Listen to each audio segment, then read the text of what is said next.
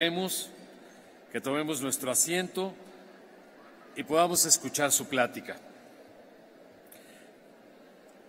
El embajador Tony Wayne fue designado embajador de los Estados Unidos por el presidente Obama el 9 de junio del 2011 y fue confirmado por el Senado el 2 de agosto, llegando a esta enorme Ciudad de México el día 11 de septiembre para presentar sus cartas credenciales. El embajador Wayne tiene una trayectoria como diplomático de carrera desde el año 1975 y actualmente él encabeza una de las misiones diplomáticas más grandes del mundo, que la integran la Embajada de la Ciudad de México, 9 consulados, 9 agencias consulares. La misión diplomática en México incluye 29 agencias del gobierno de los Estados Unidos y más de 2,700 empleados. El embajador Wayne ha ejercido su trabajo diplomático en países como Afganistán, como embajador adjunto y director y coordinador para el desarrollo de asuntos económicos, y en la Embajada de Estados Unidos en Kabul. Previo a ello, sirvió como embajador en Argentina también por 3 años y asimismo ocupó el puesto de secretario adjunto de Estado para Asuntos Económicos y Empresariales. La mayor parte de los años 90 trabajó en asuntos relacionados con Europa. Los primeros años de su carrera diplomática estuvo asignado a la Embajada de los Estados Unidos en París y anteriormente fue funcionario de la sección política en Marruecos y en su primer puesto fue analista de la política nacional y exterior de China en la Oficina de Inteligencia e Investigación. El embajador Wayne fue confirmado por el Senado de los Estados Unidos con el rango de embajador de carrera en el año 2010. Asimismo, en ese año recibió también la medalla por el mérito en el servicio por parte del secretario de Defensa. Y en el 2008 galardonado con el reconocimiento anual Paul Wellstone contra la esclavitud por su trabajo contra la trata de personas en Argentina. El embajador Wayne, quiero mencionar un poco, como dirían, off record, es obvio que también fue joven. Y es obvio que como un joven norteamericano de los 70s, le encanta el rock.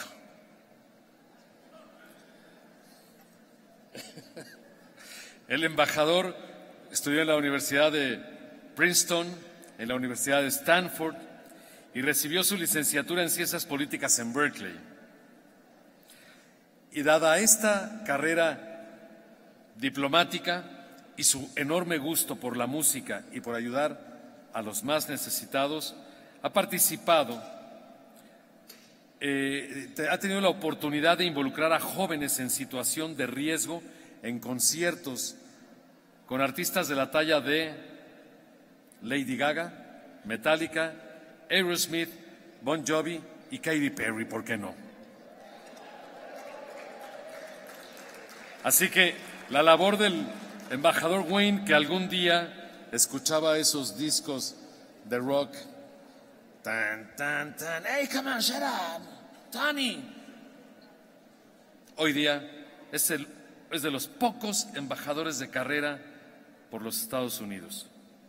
Me honro mucho en presentar a ustedes al excelentísimo embajador de los Estados Unidos de Norteamérica en México, el señor Anthony Wayne.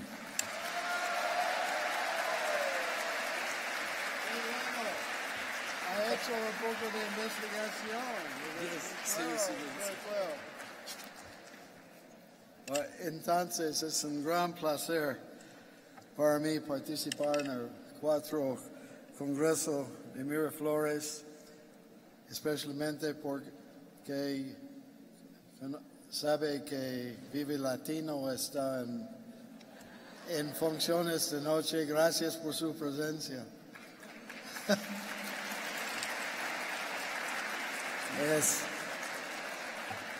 Es una gran tarea estar aquí después de la presencia del presidente, del Carlos Slim, con la familia Vázquez Rana, con los otros distinguidos invitados y después todas las presentaciones hoy en día. Pero es un honor y un placer estar aquí con ustedes. Porque ustedes y muchos de ellos que han participado hoy en día juegan un papel tan importante en los esfuerzos que mi gobierno está impulsando en el ámbito educativo, en el empoderamiento de la juventud y en el desarrollo de la fuerza laboral que hará América del Norte la región económica más próspera y competitiva del mundo, que es un objetivo compartido entre Estados Unidos y México. Pero primero quiero agradecer a la Madre Salud Conde Nieto, directora general de los Colegios Miraflores en México, y al cuerpo docente por invitarme a conversar con ustedes. Hoy me presentó ante ustedes un grupo de estudiantes que seguramente transformarán en los futuros líderes de México.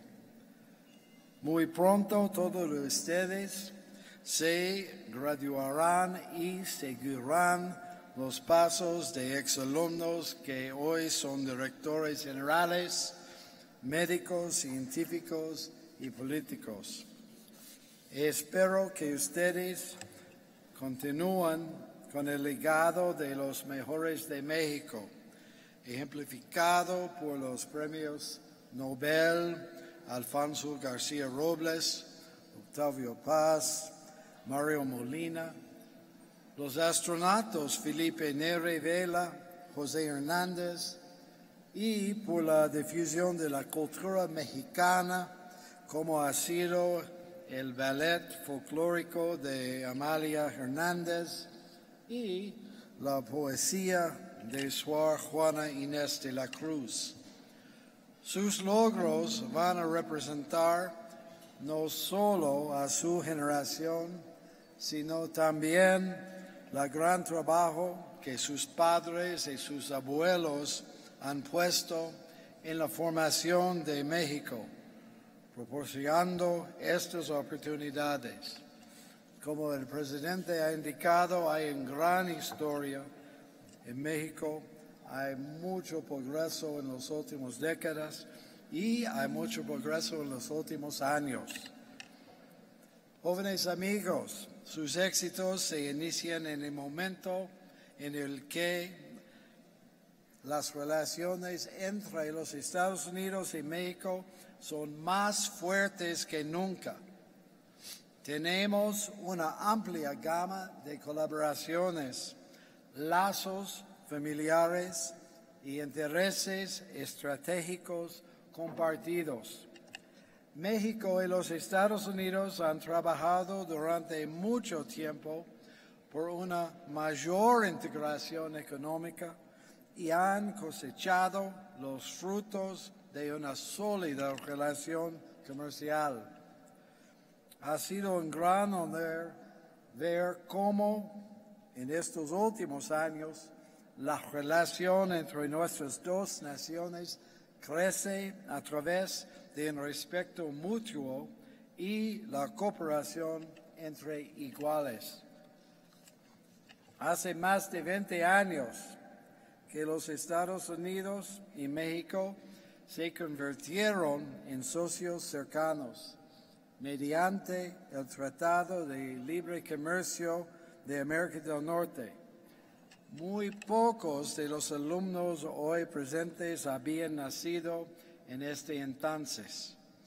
Más recientemente, a través de las cumbres de líderes de América del Norte y la paradigmática iniciativa Mérida en el año 2008, ambas naciones hemos cooperado para mejorar la competencia en la región, asegurar la seguridad de nuestros ciudadanos y promover la energía limpia y un medio ambiente saludable. ¿Sabían que después de Canadá y China, México es nuestro tercer socio comercial y el segundo mercado más grande de exportaciones para nosotros en Estados Unidos?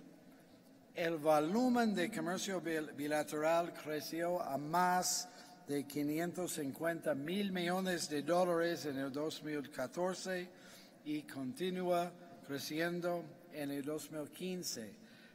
Para traducir este número, es más de $1 millón por minuto. Entonces, durante mis palabras, probablemente 5 millones de dólares en bienes han pasado por la frontera entre los dos países. Es impresionante. Y trabajamos para fortalecer esta relación con el inicio del diálogo económico de alto nivel entre nuestras naciones establecido en 2013. Hemos logrado muchas cosas, incluyendo facilitar más comercio y turismo, y el año pasado había más de 27,000 estudiantes y profesores que han visitado los Estados Unidos para estudiar especialmente en inglés. Es más que 10,000 más que el año anterior. Mucho trabajo para crear oportunidades para ustedes en el futuro. Debemos trabajar en estos temas de educación. En el Consulado de los Estados Unidos en La Embajada, aquí en Ciudad de México, tenemos una de las más activas secciones consulares en el mundo, procesando hasta 3,000 visas diarias. Alrededor de 15 millones de mexicanos visitan a los Estados Unidos cada año y 25 millones de estadounidenses visitaron México el año pasado. Hay mucha conexión humana entre los dos países, pero debemos crecer estos números, especialmente por estudiantes. Muchos podrán decirles que ustedes son el futuro de la relación bilateral entre Estados Unidos y México, pero no es exactamente cierto. Ustedes sí son el futuro, pero también son el presente. Su contribución a ello ya ha iniciado. Al educarse, ustedes aseguran que el flujo de ideas entre nuestros dos países continúe vinculándonos.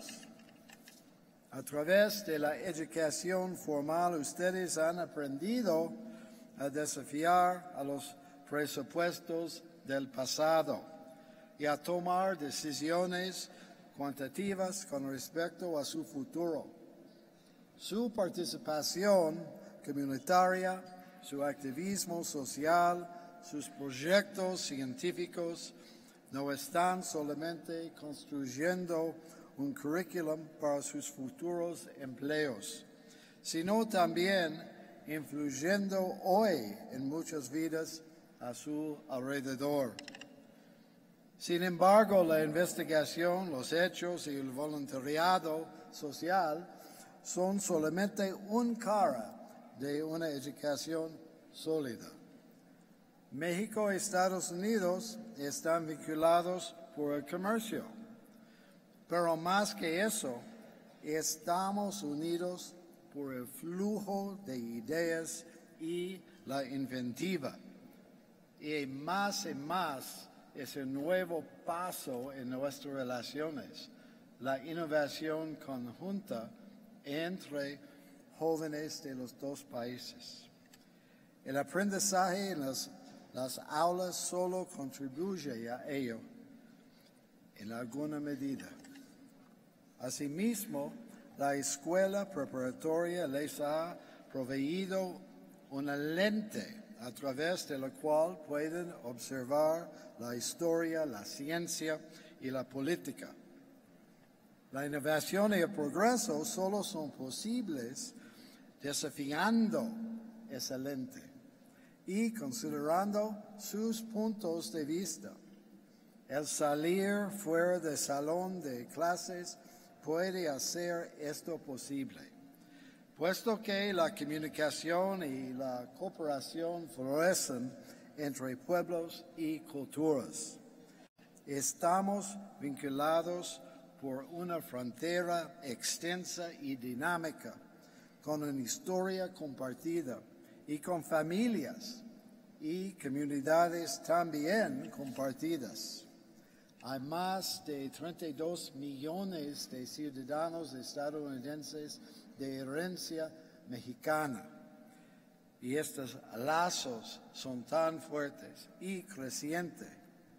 Los Estados Unidos y México han reafirmado su compromiso de aumentar sus intercambios educativos de alto nivel y la investigación conjunta.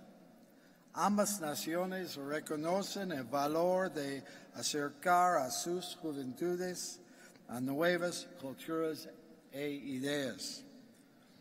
¿Podrían levantar la mano quienes hayan visitado a los Estados Unidos? ¿Unos de ustedes? ¡Wow! Impresionante. Gracias. Y podrían ahora levantar la mano quienes hayan pensado alguna vez de estudiar en Estados Unidos. Bueno, yo también. Les invito a participar en algún intercambio cultural o educativo. El presidente Peña Nieto y el presidente Obama reconocen que el intercambio educativo es un medio ideal para impulsar la innovación y el entendimiento. Es por ello que trabajamos conjuntamente para incrementar los intercambios académicos en ambas direcciones y el estudio del idioma inglés. Afortunadamente, he aprendido que muchos de ustedes hablan bien inglés. Felicidades al Colegio y la Educación por esto.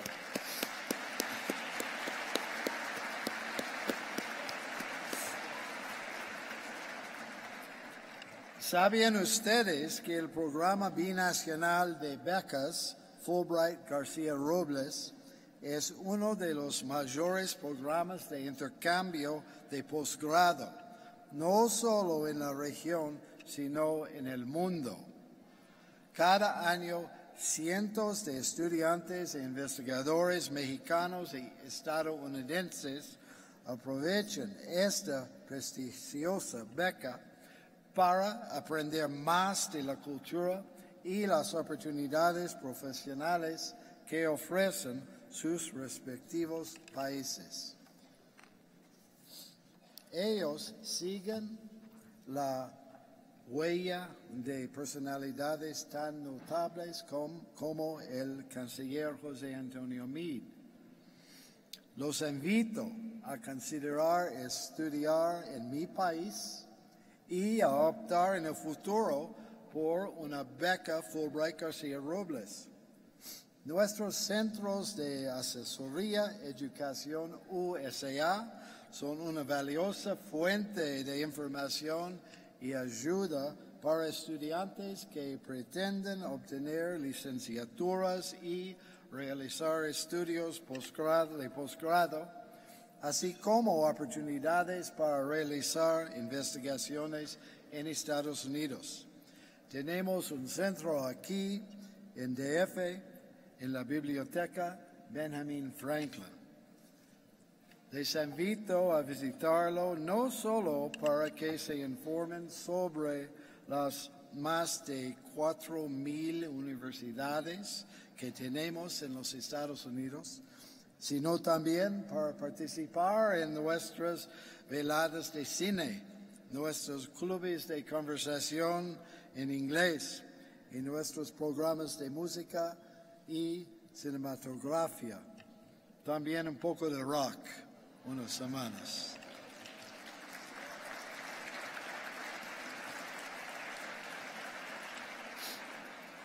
Su comprensión de los valores y las experiencias compartidas de nuestras dos naciones les ayudará a disipar estereotipos y a minimizar el impacto de encabezados sensacionalistas en nuestros medios de comunicación. Ustedes pueden ayudarnos a combatir las distorsiones culturales que continúen subestimando el progreso que tanto Estados Unidos como México hemos alcanzado. Ustedes pueden representar a lo mejor de su país en Estados Unidos y en el mundo. Recordemos juntos que el éxito y el progreso que nuestras naciones disfrutan nunca ha estado garantizado.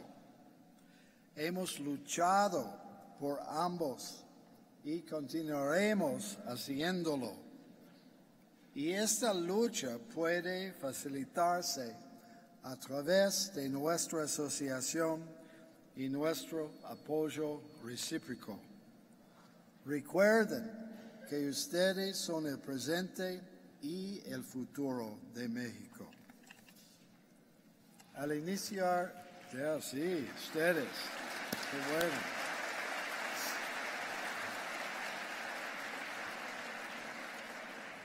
Al iniciar de su propia ruta para alcanzar los éxitos que persiguen, recuerden por favor que ustedes son y seguirán siendo una parte importante de la relación entre Estados Unidos y México. La verdad os hará libres, como es su signo. Muy importante. Espero que van a recordar esta verdad.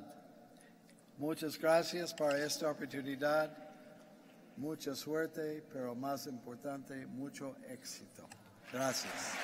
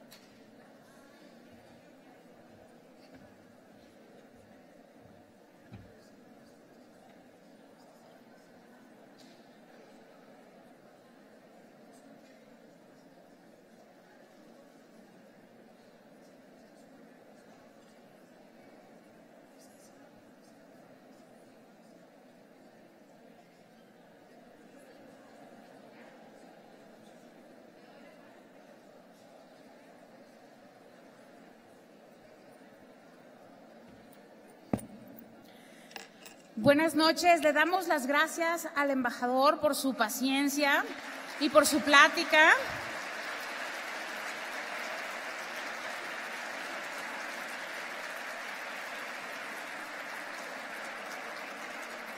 También les damos las gracias a ustedes por la también gran paciencia que han tenido el día de hoy y pido de antemano una disculpa por el retraso.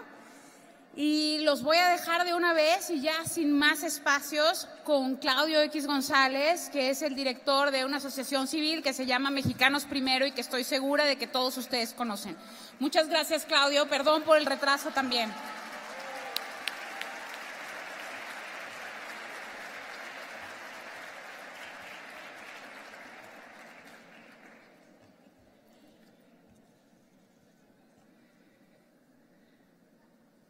Muy buenas noches tengan todos ustedes. Estoy casi cierto que nunca he iniciado una charla como esta a las 9 de la noche y estoy muy impresionado por la convocatoria de esta comunidad educativa. En un fin de semana largo, en un viernes en la tarde, tener a tantas personas reunidas desde mediodía y hasta bien entrada la noche, la verdad es que habla muy bien de los lazos que unen esta comunidad. Me impresiona mucho y me siento muy agradecido de poder estar con ustedes esta noche. Pero de veras, muchas felicidades a esta comunidad.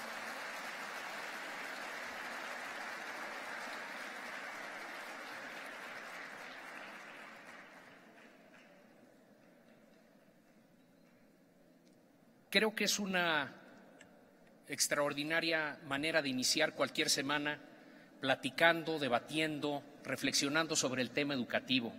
En mi opinión, el tema más importante para el futuro de nuestro país. Y también es una extraordinaria manera de cerrar una semana.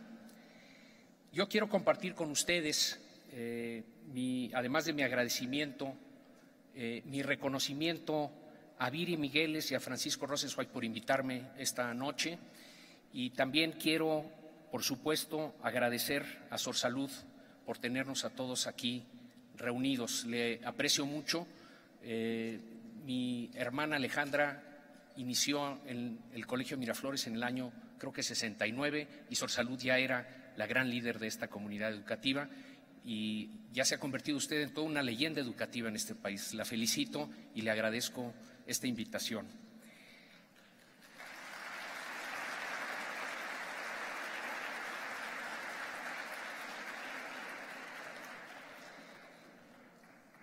Me voy sobre la presentación que Miroslava Félix, compañera mía de Mexicanos Primero, y yo preparamos para ustedes esta noche. Quiero cumplir varias misiones. Quiero informarles de cómo está la educación en nuestro país.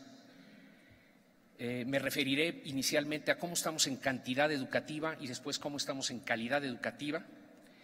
Quiero llamar también o despertar esta noche, ya noche, su don, porque estoy seguro que lo tienen, el don precioso de la indignación moral que nos lleva a tratar de transformar el mundo. Hay mucho de qué estar indignado con la educación en nuestro país, pero nos debe llevar a la acción, a la reflexión, al estudio y a la acción.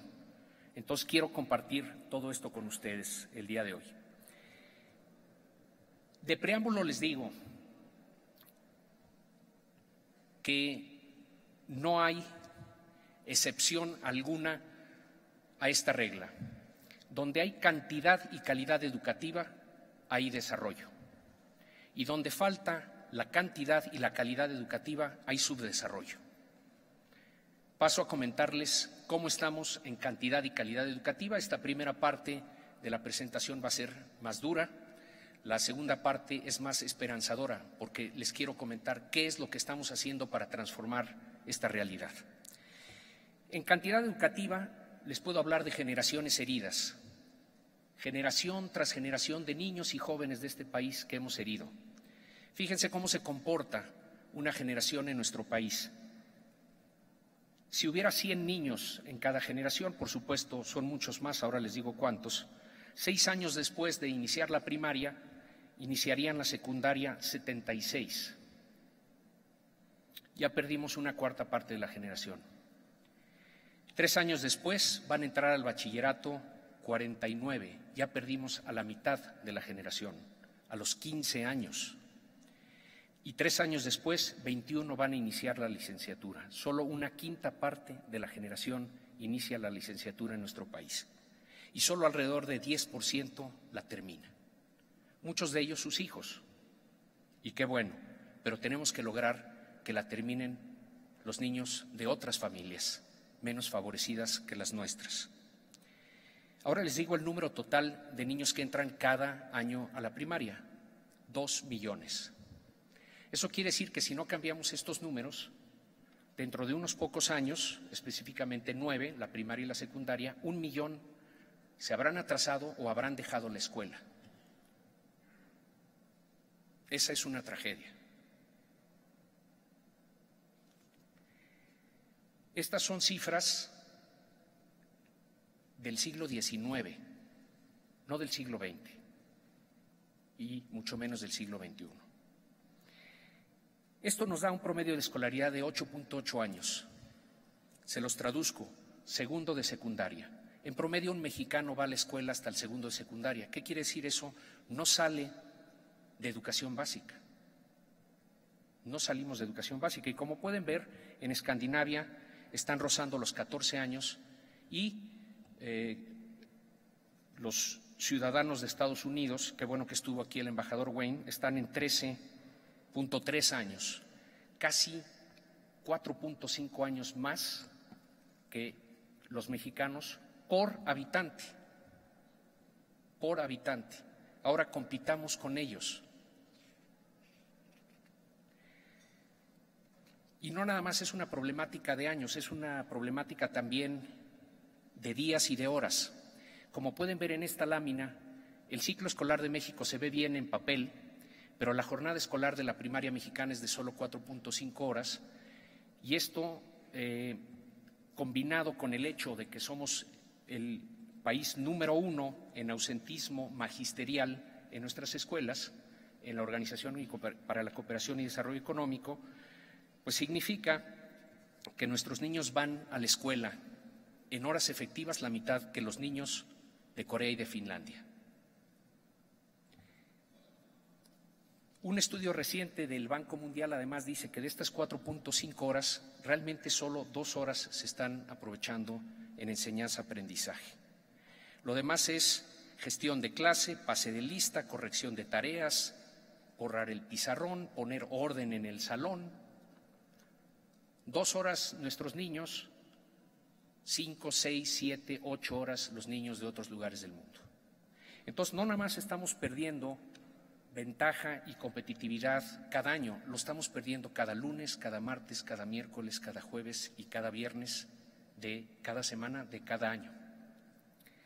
Esta siguiente lámina da cuenta de lo que recomienda el Banco Mundial en cuanto al tiempo recomendado para la enseñanza, 80%, más del 80%, y pueden ver que nosotros estamos pues un poco por abajo del 50%. Estos son algunos apuntes de cantidad educativa, pero vayamos a lo más importante, a la calidad educativa. Este es el tema rey de la educación para el siglo XXI. ¿Qué tanto están aprendiendo nuestros niños en la escuela?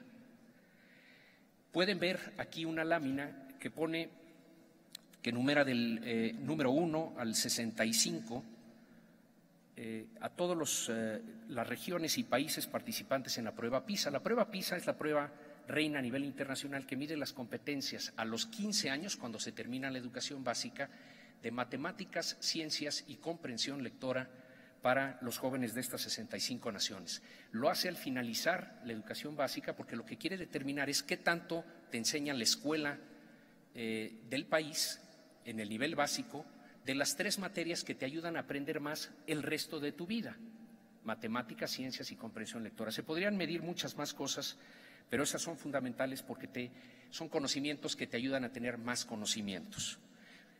Una llamada de urgencia para los jóvenes y para todos nosotros. La provincia china de Shanghái le ganó a todos los países del mundo en la última prueba PISA. Los chinos ya entendieron que la formación de capital humano es lo único que te da verdadero desarrollo y bienestar. Y están siguiendo el ejemplo de Singapur, de Hong Kong, de Taiwán, de Corea, de Macao, de Japón, los reyes de la educación del mundo, el Oriente Extremo. Luego hay algunos europeos como Suiza, Holanda, Finlandia. Canadá es el único sistema de educación básica realmente bueno en América. El de Estados Unidos lo van a encontrar hasta el lugar 36. Y el primer latinoamericano lo van a encontrar en el lugar 51, Chile. México el 53, Perú el 65. Entre Chile y Perú hay 8 naciones latinoamericanas. Si a mí me preguntan por qué Latinoamérica, siendo el proverbial cuerno de la abundancia, no acaba de despegar y de desarrollarse, yo apuntaría a esta lámina. porque no prepara a su gente, porque no le apuesta a lo más valioso que tiene una nación, que son sus personas. Y aunque Latinoamérica no es la región más pobre del mundo, ahí están África y partes de Asia, sí es la región más desigual del planeta, en donde se distribuyen peor los bienes y las oportunidades. Vivimos, queridos amigos, y por eso apelo a su sentido de indignación, en la zona más injusta del mundo. La zona más injusta del mundo.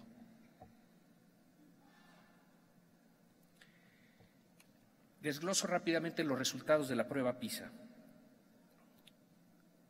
La franja roja corresponde al nivel 0 y 1, la franja naranja al nivel 2, la franja amarilla al nivel 3 y la franja verde al nivel 4, 5 y 6, porque se califica entre 0 y 6.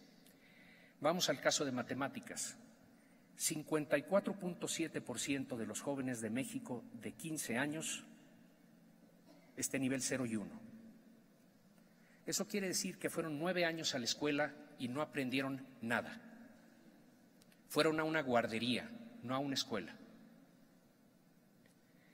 En el nivel de panzazo, el nivel 2, 27.8%. Sumen el nivel de reprobación y de panzazo y tenemos el 82.5% de la generación. Y luego nos preguntamos, ¿por qué no avanzamos? ¿Por qué no alcanzamos al mundo? ¿Por qué si ya firmamos un tratado de libre comercio o tenemos ahora una reforma laboral o una reforma energética, por qué no alcanzamos al mundo? Yo les pediría que siempre volteen a ver estas tablas. Como pueden ver, en ciencias es el 84% y en lectura el 75%. Entre 3/4 y 4/5 partes de cada generación de este país simplemente no están preparadas para el siglo XXI. Y le estamos pidiendo al resto de la generación, entre las que se encuentran sus hijos y sus hijas, que arrastren con ese país. Y eso no se puede. Eso no se puede. Esta lámina, por favor, memorícenla, fíjenla en sus mentes, porque pinta de cuerpo entero un sistema educativo simulador, mentiroso y fallido.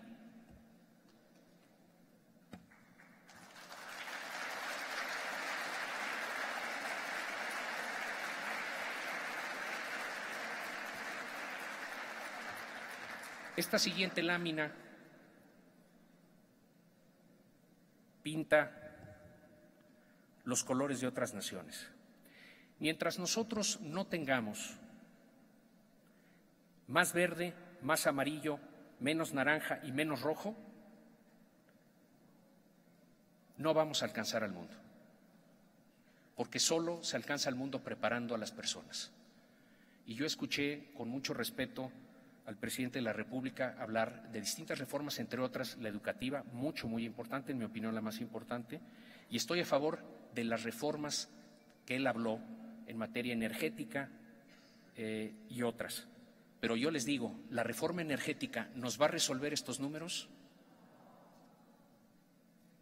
Gracias por tan automática respuesta. Aquí es donde tenemos que centrar los ojos. Aquí es donde tenemos que hacer la verdadera revolución y el verdadero cambio. Vayamos a la generación de Steve Jobs, Mark Zuckerberg, Bill Gates mexicanos. 55% de los alumnos de Shanghái están en nivel de excelencia, 30% de los coreanos, solo 0.6% de los mexicanos. No llegamos al 1%. Francisco Rosenzweig, que se vive de manera muy valiosa y talentosa, abriéndole fronteras a México para comerciar en el mundo, enfrenta esta desventaja, que no estamos siendo creativos. Les comento esto. Corea, con 48 millones de habitantes, procuró en el año 2013 12,000 patentes a nivel internacional. Toda América Latina, 595 millones de habitantes, 12 veces la población coreana.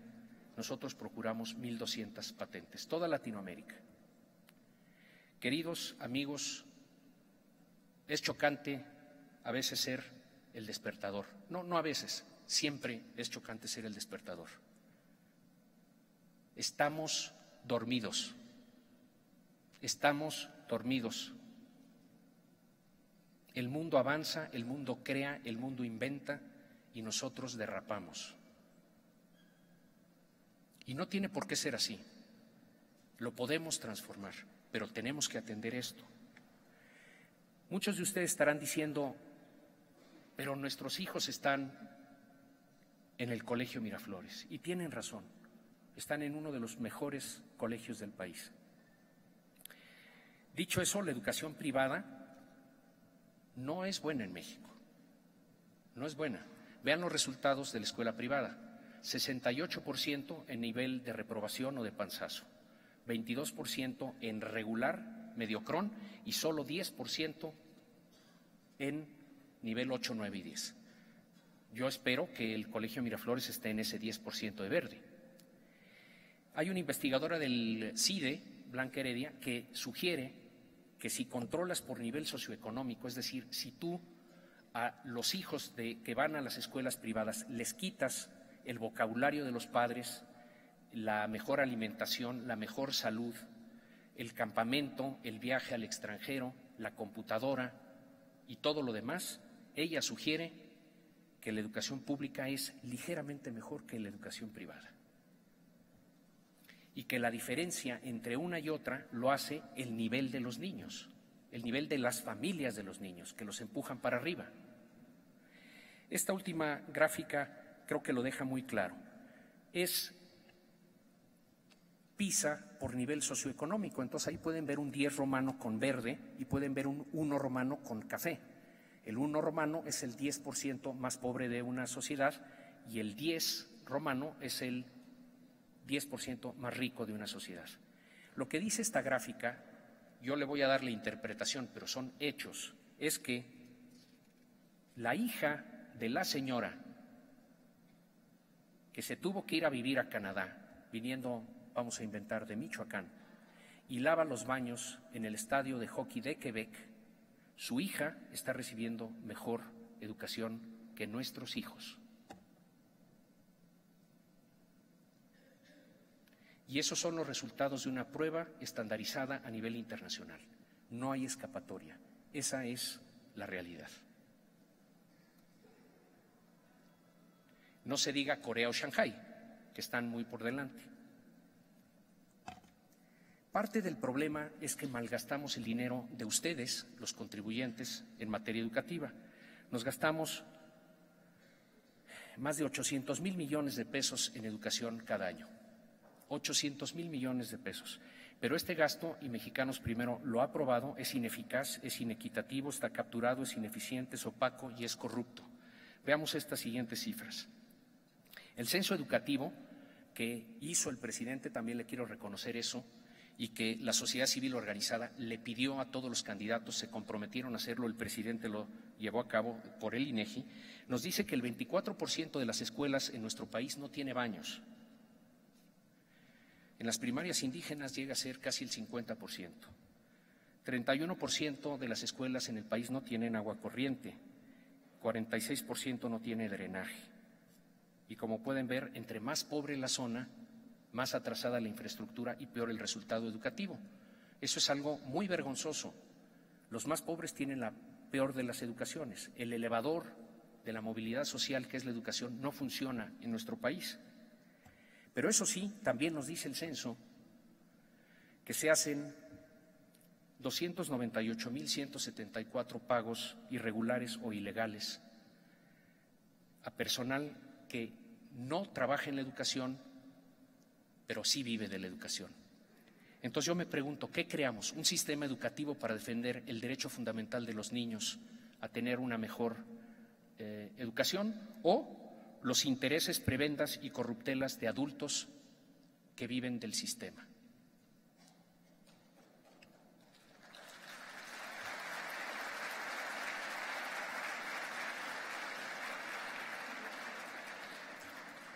En un cálculo muy rápido, 10,000 pesos por cada una de estas plazas por supuesto que es muy conservador, multipliquémoslos por 12 meses, nos daría 35,000 millones de pesos de uso irregular o ilegal en el presupuesto educativo en este país. Les quiero mostrar el abusómetro que pusimos en el segundo piso del periférico. Vean a qué velocidad se mueve. Si le pueden regresar una, porfa, y echarlo a andar. 1,099 pesos por segundo, 95 millones de pesos diarios, 35,000 millones de pesos al año.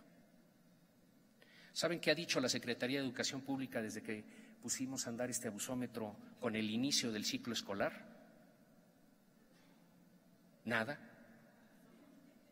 Nada, absolutamente nada.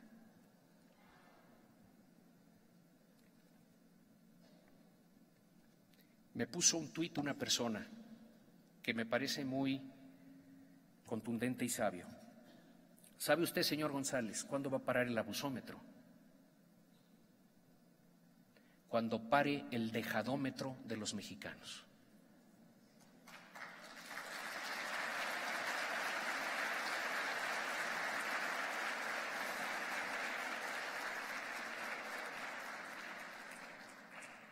Vamos a mejores noticias. ¿Qué busca la reforma educativa? Busca 4 cosas: recuperar la rectoría en la educación que se perdió ante cúpulas sindicales y otros intereses creados, la profesionalización docente, gasto transparente y eficiente y mucho mayor autonomía escolar y participación social en las escuelas. Si seguimos esa fórmula, debemos de llegar a más aprendizaje para las niñas y niños de nuestro país. ¿Cómo va esta reforma? Y reconozco de nuevo al presidente Peña porque se lanzó a hacer esta reforma. Hubo mucha presión de la sociedad civil organizada y mucha propuesta de la sociedad civil organizada, pero él la agarró, la cabildeó con los partidos políticos y la sacó adelante. 10 avances muy importantes. Primero, mucho mayor atención y priorización de lo educativo. En la oscuridad no se puede nunca resolver un problema. Solo en la luz se puede resolver.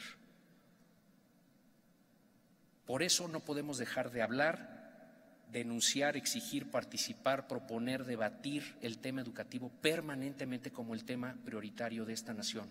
Y por eso celebro esta reunión y el que me hayan permitido participar en ella. No podemos soltar este tema. Es el tema de nuestra generación, pero es el tema de las generaciones de sus hijos y probablemente va a ser el tema de las generaciones de sus nietos. No lo podemos soltar. Segundo, cuando iniciamos Mexicanos Primero hace 8 años y planteamos que se hiciera una reforma constitucional, nos dijeron que estábamos locos de remate, que el artículo 3º constitucional era intocable. Se reformó profundamente el artículo 3º constitucional hace 2 años. De un derecho a ir a la escuela se cambia a un derecho a aprender en la escuela, que es muy distinto, porque el énfasis siempre se puso en llevar a los niños a la escuela, no a enseñarles en la escuela. Y se vuelve justiciable el derecho a la calidad educativa. El día de ayer, basado en este derecho a la educación, ganamos un juicio muy importante en la Suprema Corte de Justicia, en donde Mexicanos Primero demandó a la Secretaría de Hacienda, a la Cámara de Diputados, a la Auditoría Superior de la Federación y a la Secretaría de la Función Pública por el mal gasto educativo que resulta en la afectación del derecho a una educación de calidad de los niños. Y la Corte nos dio la razón con un voto unánime de 5-0, lo que obliga a la Auditoría Superior de la Federación no nada más a reportar la corrupción del recurso educativo, sino a iniciar los procesos en contra de todas las personas a nivel federal o estatal que cometen los ilícitos del desvío del recurso educativo.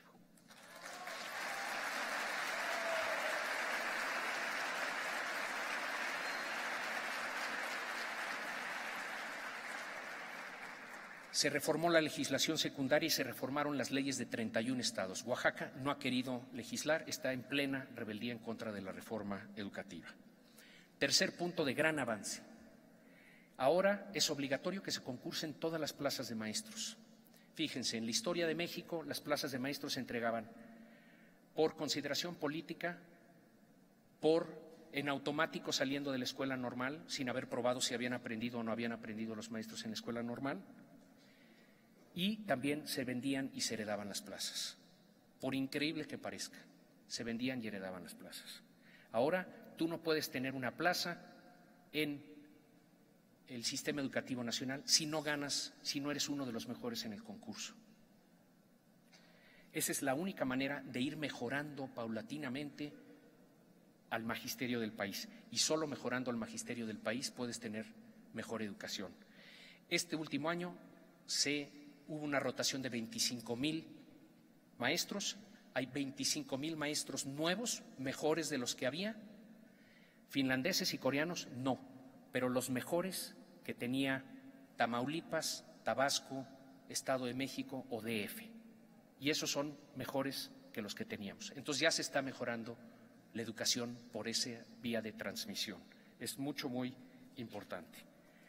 Se rompe el monopolio de las escuelas normales, hervideros de grilla, hervideros de política y de politiquería, no formadores, la gran mayoría de esas escuelas, de maestros.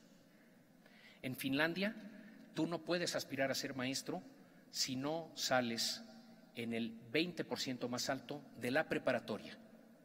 Puedes aspirar a ser abogado, como es mi caso, economista, politólogo, pero maestro no, maestro solo los mejores de la generación. Hacen una carrera de 4 años, hacen la maestría y luego tienen que ir a buscar trabajo a las escuelas y ganárselo ante los directivos y los padres de familia de las comunidades escolares. Ahora, a partir del año que viene, podremos tener candidatos a ser maestros del TEC de Monterrey,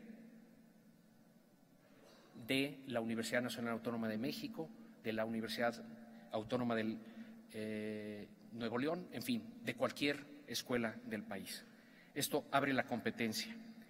Quinto, muy importante, lo que hace histórico este año en particular para la educación en el país: evaluación obligatoria con consecuencias para todos los maestros del país. No ha habido una sola certificación u evaluación obligatoria en la historia educativa de nuestro país. Tal era el poder de los sindicatos que no permitieron que se evaluara a los maestros. Entonces no sabemos cuánto saben los maestros de México. Más bien, sí sabemos que no saben lo suficiente porque los niños no están aprendiendo. Esto inicia en septiembre de este año. Una tercera parte de los maestros serán evaluados este año y así los otros 2 años.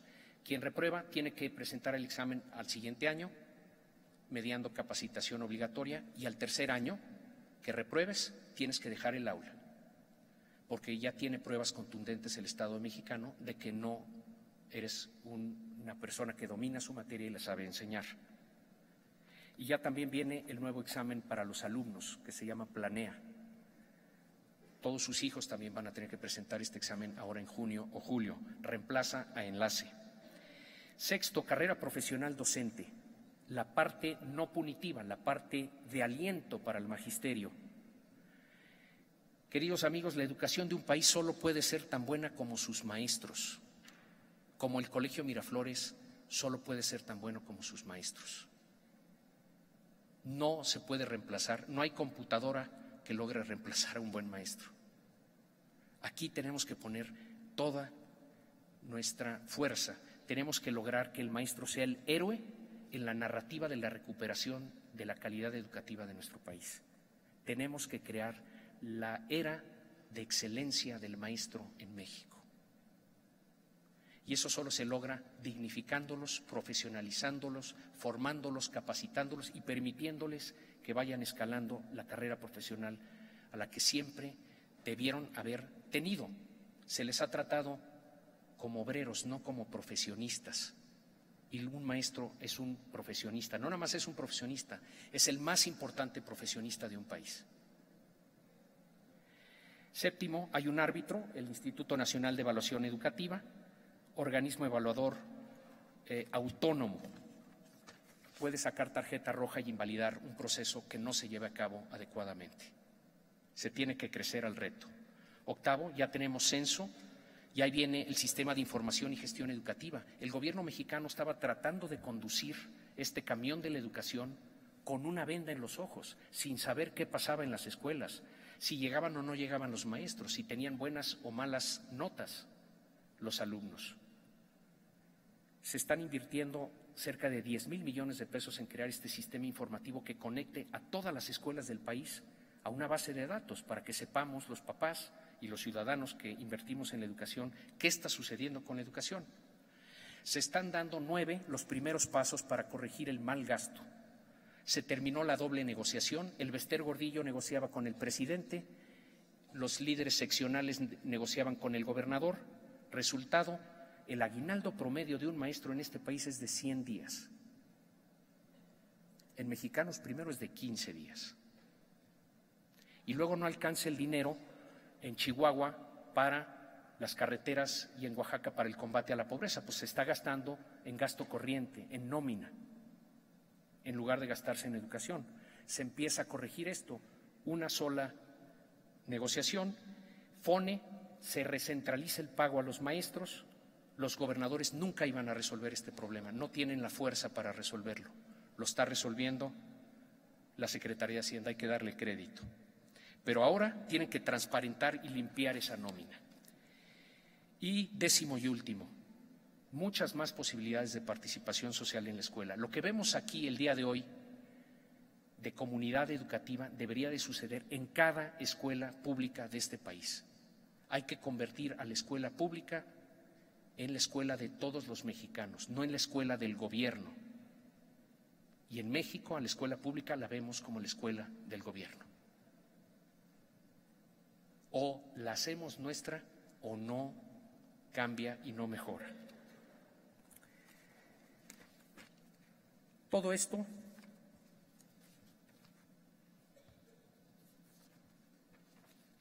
tiene que irse a la implementación. Ya logramos los cambios legales que requería el país. Y déjenme decirles, queridos amigos, la resistencia, la oposición a esta reforma está asegurada. ¿A quién le sorprende que la Coordinadora Nacional de Trabajadores de la Educación venga a reclamar mantener sus comisionados, sus aviadores, sus prebendas? Pues a nadie le puede sorprender eso. Lo que sí parece sorprendente, y lo tenemos que combatir los ciudadanos, es que la autoridad esté cediendo al chantaje de estos que son esencialmente delincuencia organizada. Están organizados para delinquir y para seguir viviendo el presupuesto.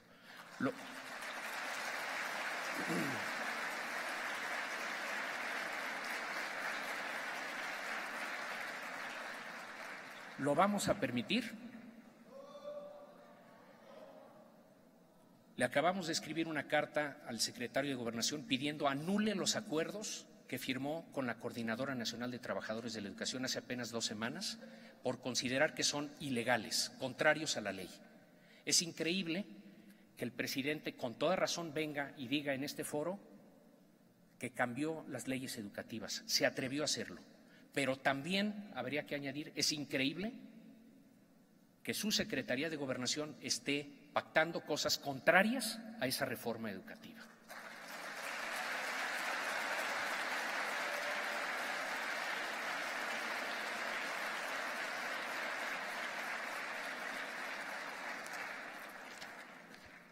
En fin, queridos amigos, me voy a saltar las últimas 2 láminas porque es muy noche y de veras les agradezco muchísimo su…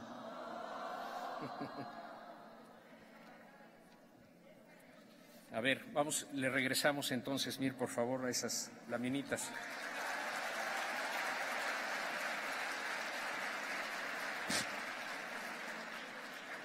Les juro que no es por mí, es pensando en ustedes que llevan aquí ya muchas horas. Bien, bueno. La responsabilidad por la educación, porque todos tendemos siempre a pensar dónde está la responsabilidad del otro, ¿no? Antes que pensar luego en nuestra responsabilidad. Habiendo dicho todo lo que he dicho, la responsabilidad fundamental de educar a un niño está en el padre y en la madre, antes que en la directora de la escuela, antes que en los maestros. Nos tenemos que involucrar mucho más en las actividades de nuestros hijos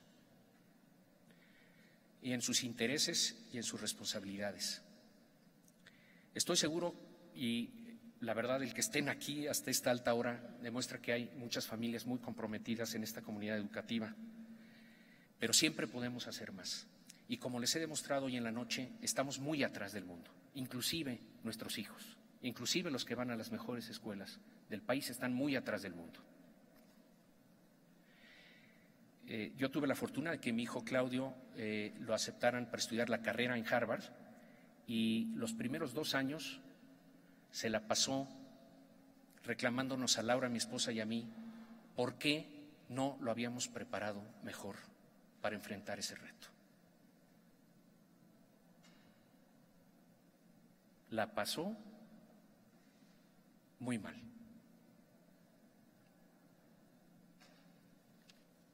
Tenemos que darnos cuenta, estamos atrás, y esta comunidad tiene que poner ejemplo. Hay que ir por la exigencia, por la excelencia, por el rigor, por más estudio.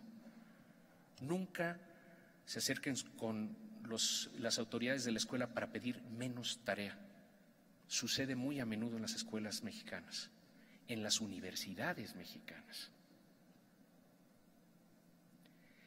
Hay que leerles desde muy temprana edad y fomentarles el hábito de la lectura.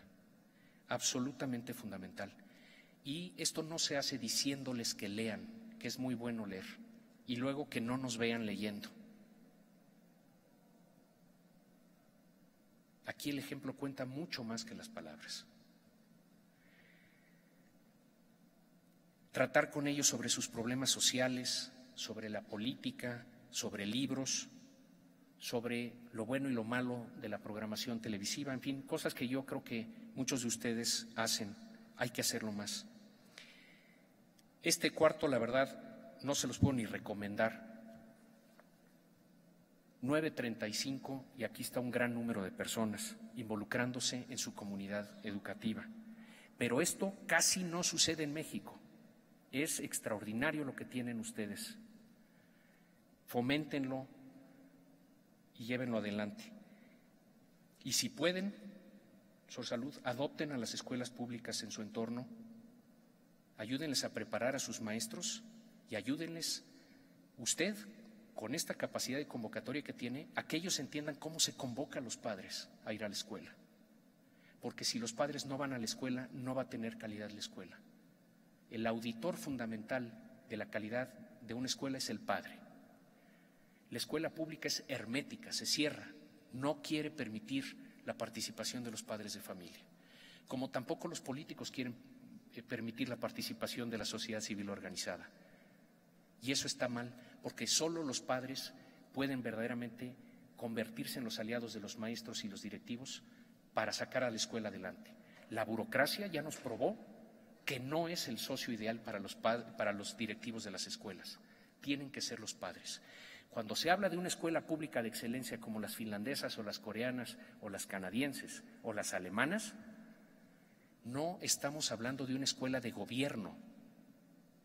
En todas esas escuelas, que son las mejores escuelas del mundo, ¿saben quién manda en las escuelas? Los padres de familia, no el secretario de Educación, no el burócrata. Y por eso aquí los que creen en la escuela de gobierno nos dicen, no, pero es que la escuela pública en el mundo es la mejor, la alemana, la finlandesa, etcétera. Sí, pero no acaban de entender nuestros políticos, desgraciadamente, que esas escuelas son de los padres de familia, no de los burócratas, no de los gobernantes. Muy importante. En México, los maestros de las escuelas públicas, espero que no de las privadas y mucho menos los padres de las privadas, pero en las escuelas públicas, los maestros, y estos hay encuestas al respecto, no creen en el potencial de sus alumnos y no creen que ellos les puedan ayudar a aprender. Si tú te paras a tirar un penal pensando que eres el peor tirador de penal y que la vas a fallar, las probabilidades de que la falles crecen exponencialmente. México, por más que digan, sí se puede, México, México, la neta, México no cree en México.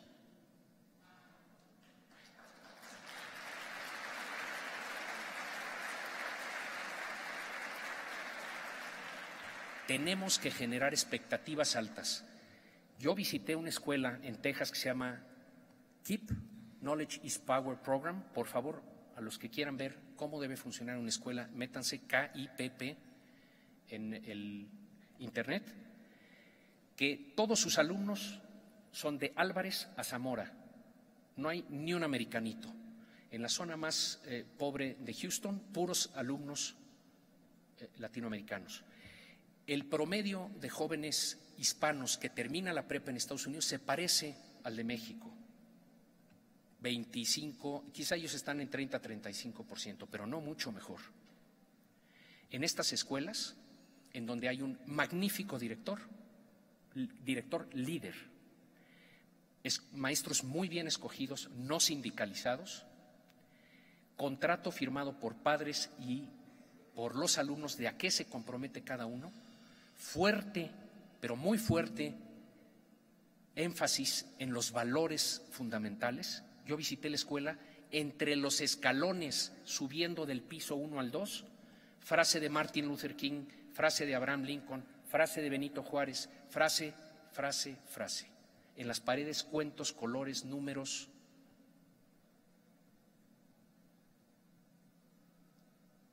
Todo el tiempo, responsabilidad, disciplina, perseverancia, resiliencia, trabajo en equipo, todos esos complementos a las matemáticas, las ciencias, la comprensión lectora. Y muy importantemente, esos muchachitos Álvarez, que tuvieron que salir de México, creen en ellos mismos. Veo a un salón de preescolar, pildoritas, todos con una camisa que decía, creo, 2026. Me llamó la atención, dije, ¿por qué traen esa camisa estos niños? Respuesta de la maestra, ese es el año en que ellos se gradúan de la universidad.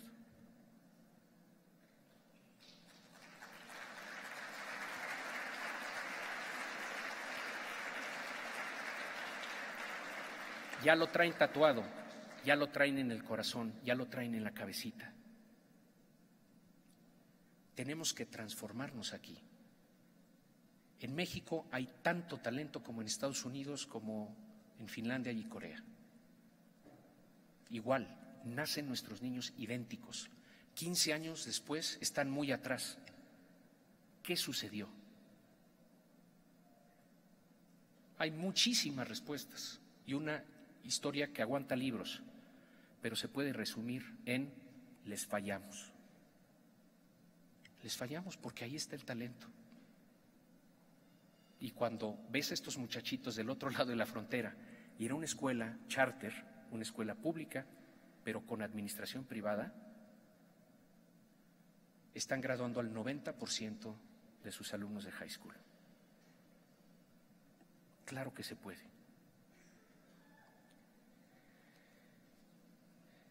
En fin, lo que no hagamos nosotros por nuestros hijos, no lo va a hacer nadie.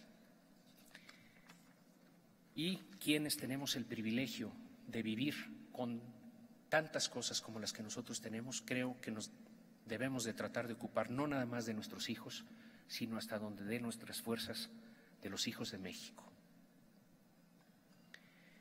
Con urgencia perseverante,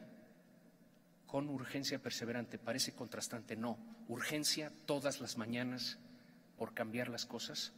Tenemos que ganar esta batalla porque esta es la verdadera revolución de México, la revolución de la calidad educativa. No perdamos esta oportunidad histórica. Muchísimas gracias por su paciencia. . 。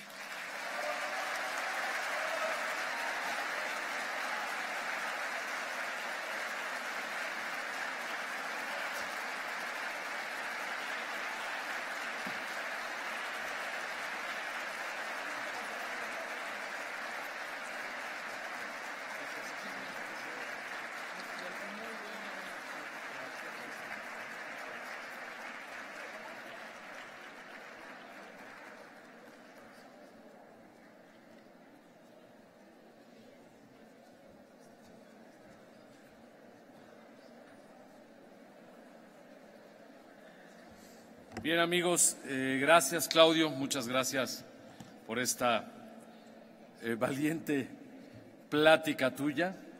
Y gracias a todos ustedes. Nos vemos mañana, empezamos a las 10 de la mañana. Les recuerdo que se tienen que volver en el mismo camión en el que llegaron, con la misma maestra, en el mismo número de camión, al mismo lugar. Recuérdenlo, por favor. Y nos vemos mañana a 10 de la mañana, pero ahora será en el Salón Camino Real, allá abajo en el 3er piso. Hasta mañana, descansen, gracias por la paciencia.